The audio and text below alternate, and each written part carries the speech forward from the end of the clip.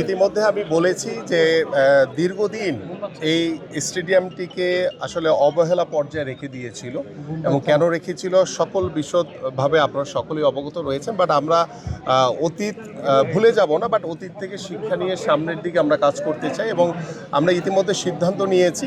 যে আমাদের আইসিসির যে নির্দেশনা রয়েছে, আইসিসির যে স্ট্যান্ডার্ড রয়েছে সেটাকে মেনটেন করে আমরা এই শহীদ চান্দু স্টেডিয়ামকে খুব দ্রুত সময়ের ভিতরেই যাতে আন্তর্জাতিক ভেন্যুতে রূপ দেওয়ার জন্য যা যা করণীয় আছে, যেই সকল সুযোগ সুবিধা করা দরকার, যে সকল ব্যবস্থাপনা নেওয়া দরকার, আমাদের ড্রেসিং রুম থেকে শুরু করে আমাদের ফ্ল্যাগ লাইট, আমাদের গ্যালারি এবং আমাদের গ্রাউন্ড যেটা রয়েছে সব কিছুর জন্য যা যা করণীয় আছে সেটা খুব পদক্ষেপ নিয়ে আমরা পর্যায়ক্রমে এই শহীদ চান্দু স্টেডিয়ামকে একটি আন্তর্জাতিক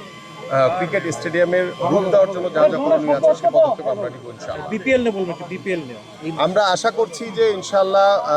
বগুড়াবাসী বা আমাদের এই উত্তর অঞ্চলের কিংবা আমাদের এই রাজশাহী বাসীর একটি দীর্ঘদিনের অপেক্ষা ছিল যে এখানে বিপিএল অনুষ্ঠিত হবে কিনা। তো আমি আশা করছি যে আমরা জুলাইয়ের পরে আমাদের এই কার্যক্রম শেষে হয়ে গেলে মোটামুটি কার্যক্রম চলমান থাকবে। আমরা মেয়েদের বিপিএলটি আমরা শুরু করব, পাশাপাশি আমাদের যে পুরুষ যে বিপিএল ইনশাল্লাহ এই শহীদ চান্দু স্টেডিয়ামেও পুরুষ বিপিএল অনুষ্ঠিত হবে ইনশাআল্লাহ। বিগত সরকার ক্রিকেট বোর্ডকে কালো টাকা সাদা করার কাজে ব্যবহার করেছে, বর্তমান সরকার কি এই সুযোগ পাবে কি? আমরা আসলে এটার সাথে এটা রিলেটেড না, বাট আমরা যেটি বলি, আমরা ক্রিকেটের উন্নয়নের জন্য ক্রিকেট যাতে মাঠে থাকে, ক্রিকেট খেলাকে যাতে আমরা বেশি ফোকাস করি, কারণ আমরা ক্রিকেটের চেয়ে দেখা গেছে যে আমরা মাঠের বাইরের যে পরিস্থিতি সেগুলো নিয়ে বেশি আমরা অনেকেই কথা বলছি। সো আমার কাছে মনে হয় যে আমরা মাঠে থাকি এবং